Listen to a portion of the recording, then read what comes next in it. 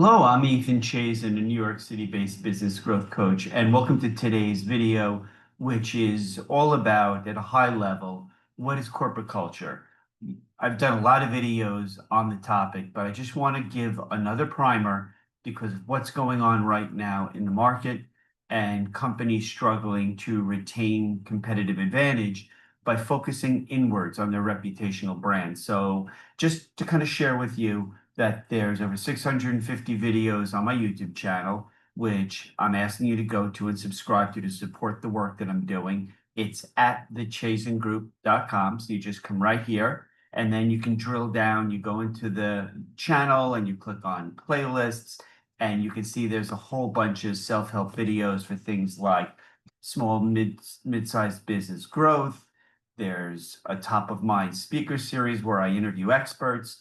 There's my podcast, which is on another playlist, things on leadership, CEO coaching corner. So please check it out. But today's video, as I said, is on culture. And so first of all, I want to go to Pew Research Center, which is a reputable international research organization.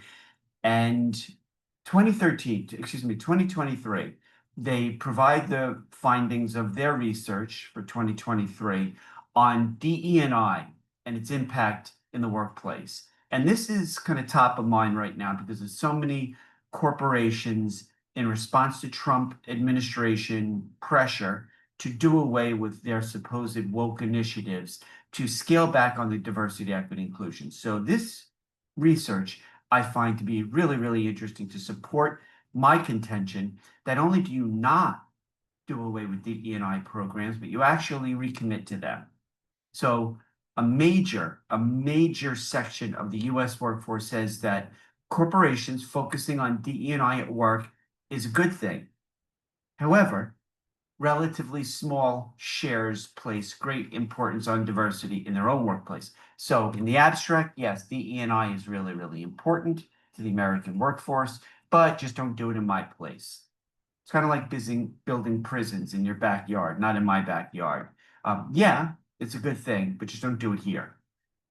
So let's dive right in.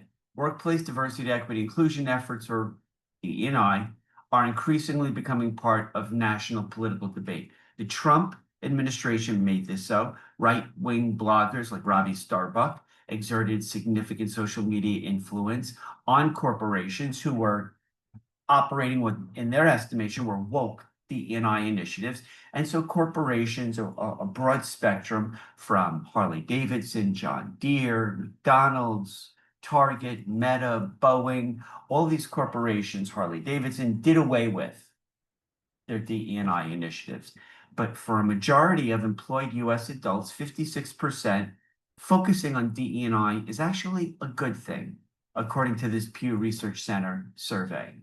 So that's important.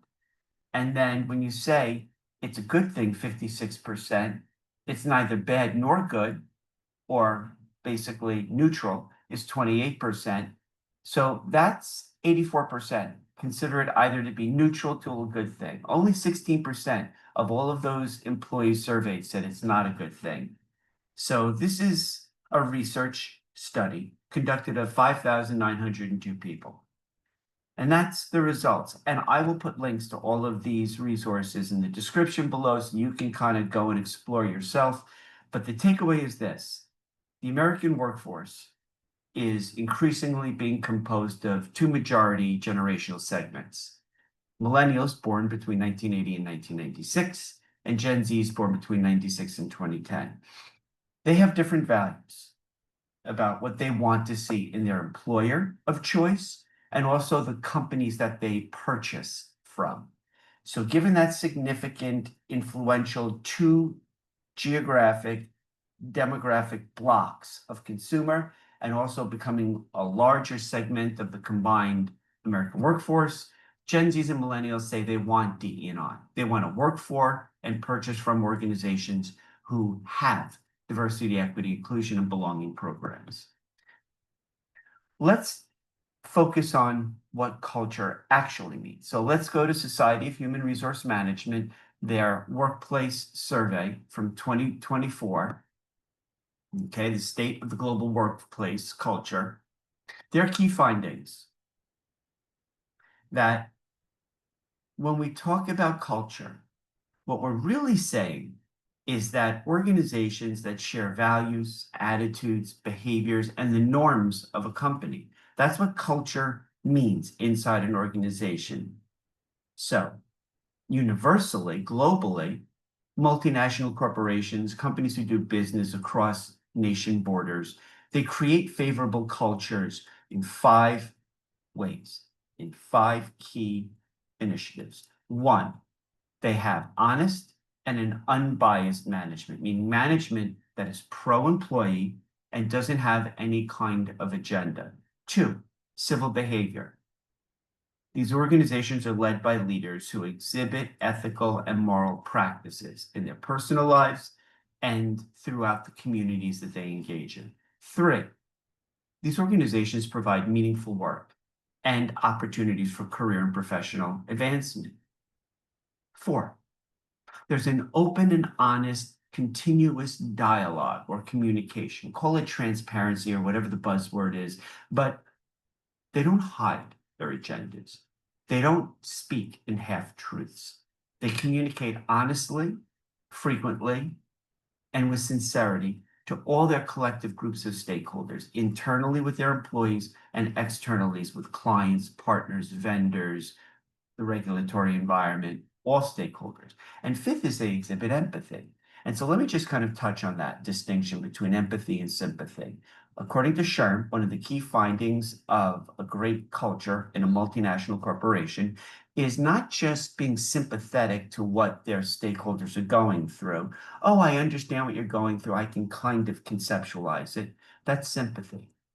Empathy is putting their collective leadership position, putting themselves in their people's circumstances. So how that manifests is they don't say, you need to come to work 5 days a week. They say there's got to be a balance, right? But we understand that you have challenges, you have work-life balance considerations. We feel what you're going through. Let's say they have a sick child. Let's say they're trying to have a baby. Let's say they have a sick parent or spouse. We understand you're balancing the need to be primary caregiver with work, and we're going to accommodate because we can understand what that must feel like. So those are the 5 key attributes needed for amazing workplace culture in global organizations. So we do understand that employees and organizations, their survey responses to how they feel about the culture, the environment of their workplace, is somewhat predicated on their culture. So we know that employees in United Arab Emirates, India, Egypt, they tend to, in the aggregate, give more positive employee ratings of their company's culture, whereas employees in other nation markets like Japan, France, South Korea, give more negative findings. So, in addition, this is again part of SHRM's findings from their 2024 Global Workplace Culture Survey. In addition to inadequate pay, workers' top reasons for leaving their employer is poor or terrible workplace culture. It lines up with attributes of unfavorable workplace culture, things like really, really poor management, unfair treatment, insufficient regard of the employee's well-being, and a lack of empathetic leadership. This is kind of pretty basic, but these findings are pretty significant. Next up, I want to walk you through what I consider to be the Rolls-Royce or the seminal research conducted into employee feelings about their employer's culture. And that is Axios, who partners with Harris on an annual poll of thousands of employees in terms of workplace culture. So the 2025 Axios Harris poll, which is conducted January, February, start of the new year, and Axios provides its findings in May. So for 2025, Axios Harris's poll, 100 reputation rankings. So when you look at the top 100, it shouldn't really surprise you who the corporations are who score the highest aggregate employee satisfaction rates. Trader Joe's, Patagonia, Microsoft. I mean, I've done videos when you go to my YouTube channel. I've done deep dive videos into what these organizations do to create great culture. But places like Costco and Samsung, Arizona Beverage Company, they're the top players when it comes to employee positive sentiment or feelings about the culture of the organization. So you can read the list. There'll be the link to this resource, but I want to walk you through Axios's methodology on this. So it is, as I said, in my opinion, one of the more reputable survey mechanisms through which we can shine a light on organizations who create a great workplace culture. And they've been doing it since 1999 for over 25, 26 years. So first, it's a multi-step process. Axios first surveys in the latest 2025 survey, they survey 6,231 Americans from an online cross-representative online sample between January and February. They want to gauge the public's top of mind or in its current state of awareness of companies that either do a great job or not great job, societally speaking, in terms of treatment of their stakeholders, most notably employees and customers. Respondents are asked which two companies, in their opinion, stand out as having the best reputation today and which have the worst. All nominations get aggregated into a composite list to determine these most visible, both pro and con.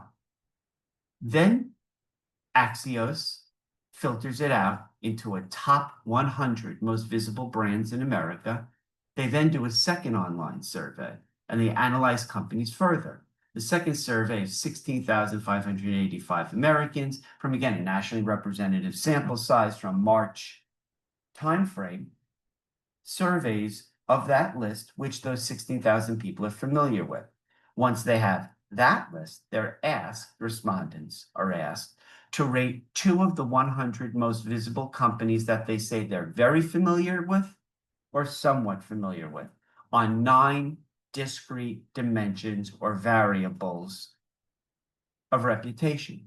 And then from there, Axios comes up with an RQ, a reputational quotient, or if you may have heard of this in marketing parlance, a Q factor, a Q score.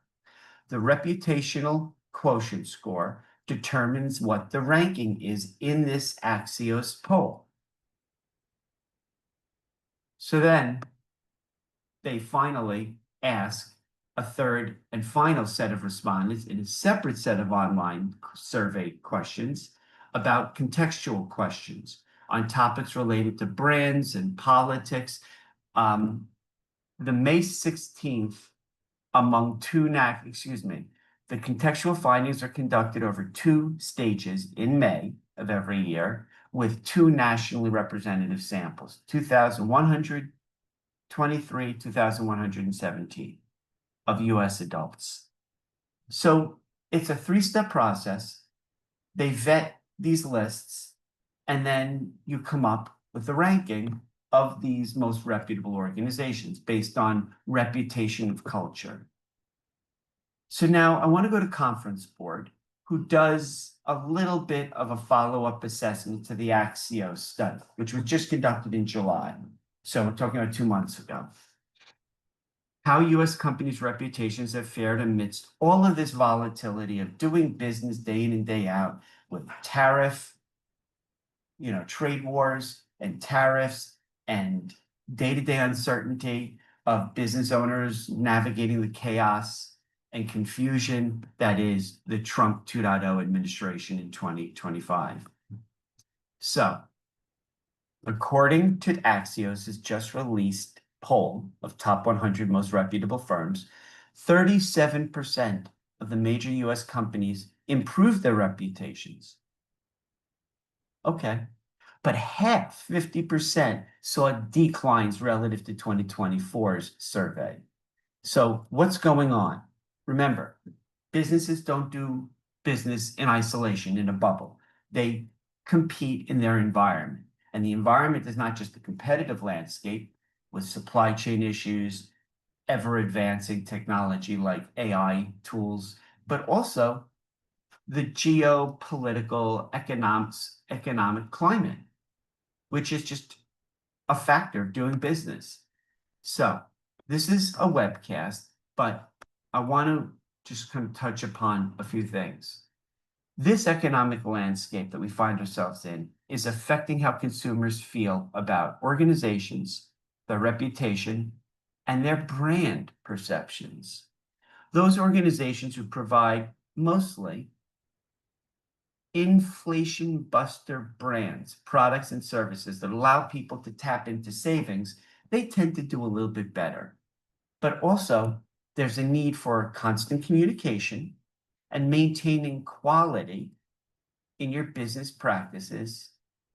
Also, improvements in culture can improve an organization's reputational score. So, from Forbes, I say this every single day in my consulting practice. I teach my students, I do it in talks, but it's really important that I emphasize this point. In 2025, if you're thinking about how do you improve your business and you're focusing on technological advancements, AI, ChatGPT, customer dashboard reporting, EOS integration, implementation, all those technology tools are not going to shift fundamentally your competitive position, nor is operational efficiency, and nor is strategy. What you really need is culture and amazing people to drive your business forward. So a really interesting article by Tracy Lawrence at Forbes, and I just want to touch on some highlights. If I talk to 100 business leaders, 99% will recognize the importance of this thing called amazing culture, especially as a way to drive business performance, right? But we find ourselves in an environment of uncertainty. That's really good, T. So in this demanding environment, organizations can no longer afford to let their cultures evolve passively or cling to outdated norms. Look, I cannot tell you how many times I talk to business owners, founders, executives, startups, and it's every permutation of the same conversation is culture is important. What are you doing tangibly? What are you doing to drive strategically your culture? Oh, well, we give people flexibility. They speak in the abstract. They speak about contextual things that they coulda, shoulda, woulda been doing. They don't really tell me tangible examples of things that they are doing. This is where the focus needs to be. Organizations can't let their cultures just evolve. You've got to take the initiative and develop them. Culture transformation in my consulting practice, which I focus on, is challenging and requires buy-in, consensus top down. It requires a 2-year commitment because the first year is about implementing change and then making modifications. It requires budgetary investment, and it requires a rethinking more than anything else, a rethinking from tactical and strategy to people first initiatives. And that's where companies fail. They fail to put their people first. So culture, the challenge of culture and implementation of culture, and this is just spot on what Tracy Lawrence says. Culture is deeply intertwined with the personalities and behaviors of senior leaders. If senior leaders walk the walk of leadership, they put themselves in a better position to hopefully achieve culture transformation. Far too many are good at talk, but they don't implement. They don't implement. Why? Because, sad to say, they're not leaders, they're managers.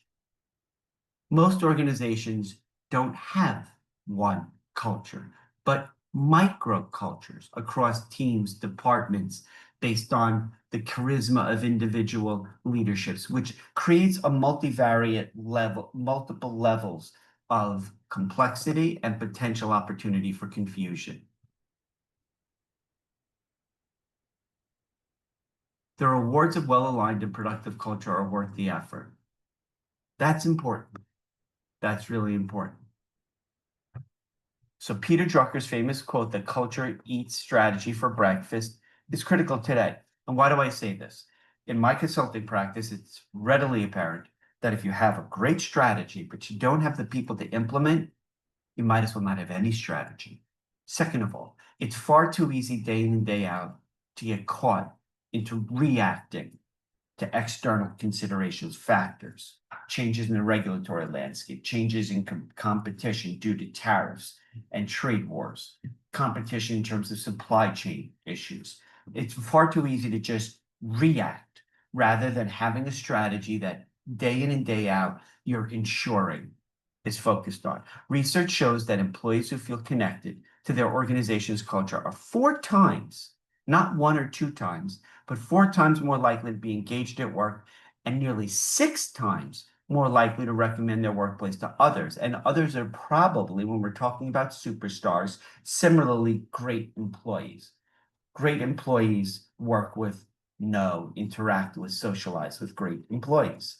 And they bring them into the organization or not, based on their feelings about your culture, which gets back to the Axios Harris annual survey, Ethisphere, Great Place to Work, all those organizations who are now measuring culture and reporting on culture. Many organizations struggle at and fail to implement meaningful culture transformation. McKinsey research reveals that only about 30%, 3 in 10, of organization transformation efforts actually succeed. That's been pretty consistent over time because culture transformation is hard.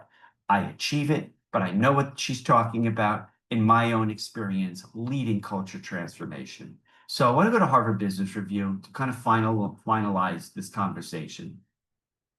Problem is, when we're talking about culture transformation, most organizations seem to be focused on the communication aspect. They talk about things like transparency, but they're not actually building out foundationally the Lego blocks, the building blocks of systems of culture transformation. And this is kind of where I spend a significant amount of time in my consulting practice. So let's go back to August 25.